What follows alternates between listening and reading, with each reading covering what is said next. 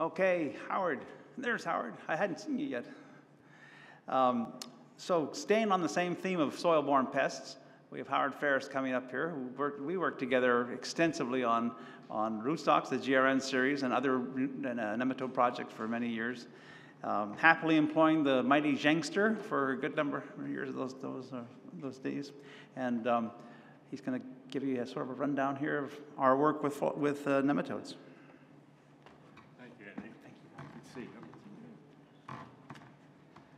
Well, I want to start off with a little history like everybody else, and this goes back to the 1970s when I was at UC Riverside and interested in improving the precision with which we sample for nematodes, so that trying to reduce the variability among repeated samples.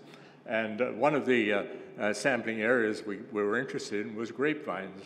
And so we came to Davis and to talk to Mark Cleaver in the department about when to sample when there might be root flushes of the vines. We want to know when root flushes were occurring and to try to sample at that time to protect the vines from nematodes. And after we got through with that conversation, let's see, I'm going to then we toured the department a little bit and met Andy Walker. Well, as I recall, this was about 1980. I think Andy was either a postdoc or a graduate student, and I think he was in Carol Meredith's lab or something. There was a connection with Carol Meredith. And so he spent a lot of time telling us about the work he was doing on trying to determine whether vines were infected with grapevine fan leaf. But also, which was really exciting, they had developed a technique for sterile culture of Ziphinema index on grapevine roots. So in a petri dish, you could watch this nematode attack the root and push it, style it in, and start feeding.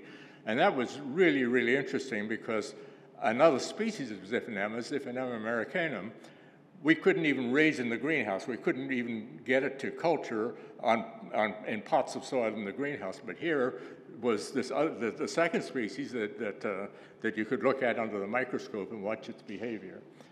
So my first impressions were, this is a really friendly guy. I mean, he was well-spoken and just as everybody has seen, nice smiling. And at one time when I was developing this, underneath there I said, good teeth. And then I thought, maybe I shouldn't say that because maybe he doesn't have good teeth anymore. I'm not sure about that. That might be a little offensive. Anyway, 6 years later or so, I moved from Riverside to Davis and became part of the Department of Nematology in Davis, and we started collaborating on the development of the rootstocks. And the strategy essentially was this. First of all, he had a lot of background information from the giants of the department over the years that you see on the top row there, and also materials that had been collected by some of those people, particularly Omo and others, and Andy had collected an enormous amount of his own. And there was also this basic information. So you can see the species of Vitis on the left-hand column and what was known about their resistance to various types of nematodes. So some basic information, and that was used in terms of the design of his breeding program. And of course, he had other characteristics in that. They had to be resistant to phylloxera, and they had to put out roots, and they had to be, there were other things that they had to do. So anyway, essentially the breeding program was like this. There were all these crosses that he had made at the top there, and we put them through two streams of testing. The one stream, they had to pass the test of resistance to Ziphinema index, the dagger nematode, and the other stream had to pass the resistance to the root knot nematodes. And if they got through that first step, then they had to pass the resistance to the opposite one, right? The dagger nematodes had to resist the root knot nematodes. And the idea was, the strategy was, we wanted broad and durable resistance. Well, certainly broad resistance, durable we wouldn't know about until we got out in the field and see how they performed in different areas for different lengths of time. But as a result of that, there was 25 years of working on these systems, and you've heard at the bottom there, the 5 GRN rootstocks came out of it, and in the development of those GRN rootstocks, then the people working in my lab spent lots and lots of time inoculating different species of nematodes into these selections and waiting for 3 months and determining that the population of nematodes increased, did it decrease, did it go away, what happened to it? And that was with one species of nematode in each. Then we tried them in combinations of species, because is it possible that what seemed to be resistant, if there was another species of nematode present, maybe it would not be resistant anymore. So that was the idea of getting the broad resistance. So many, many years of doing that work, and it was a wonderful experience. So the 5 rootstocks that were released, of course, had various characteristics in terms of the breadth of nematode resistance, but also characteristics in terms of their growth habits and their vigor and so on, that were kind of developed as the studies were being done. So before I get to this slide, I want to say I was not happy about the names that were given to those rootstocks.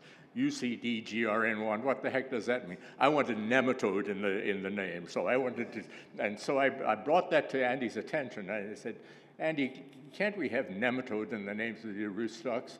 Now, he said something to me that, at least this is the way I remembered it, and it may be totally bogus, but what he says, no, you can't have nematode in the name of the rootstock because Monsanto has ownership of any product that has nematode in its name.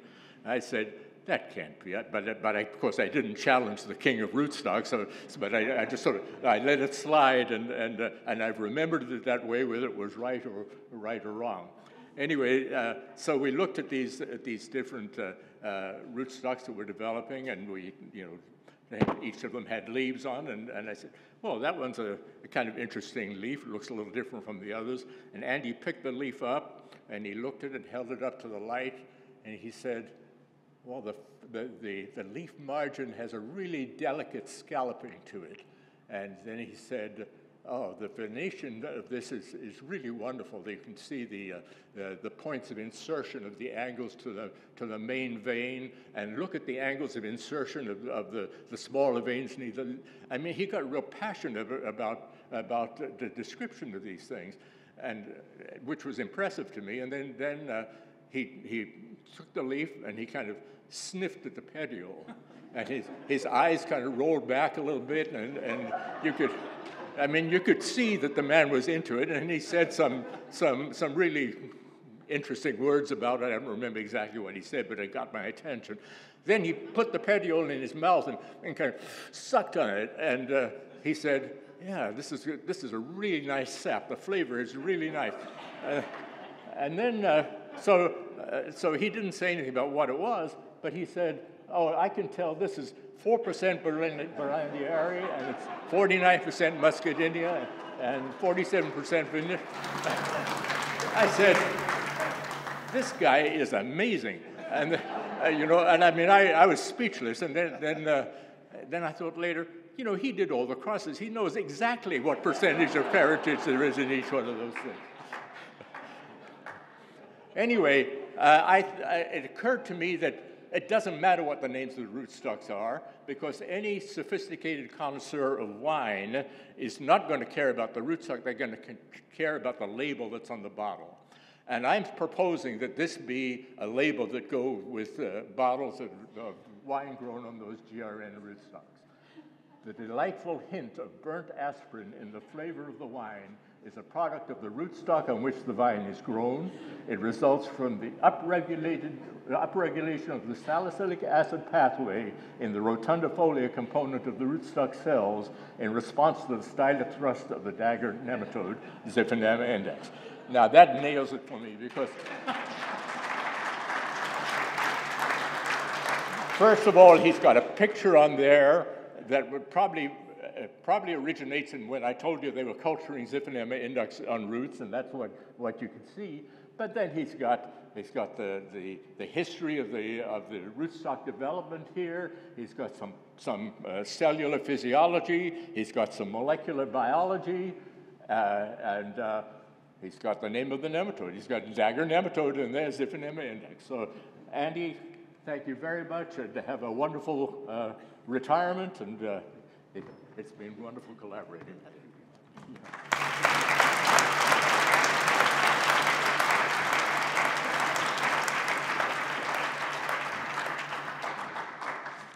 Wow, I'm glad my wines don't have any salicylic acid in them.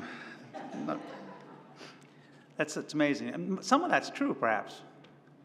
But the nematode naming situation was real. So I put the names forward to the patent office on campus and said, here's what I'd like to call the new rootstocks.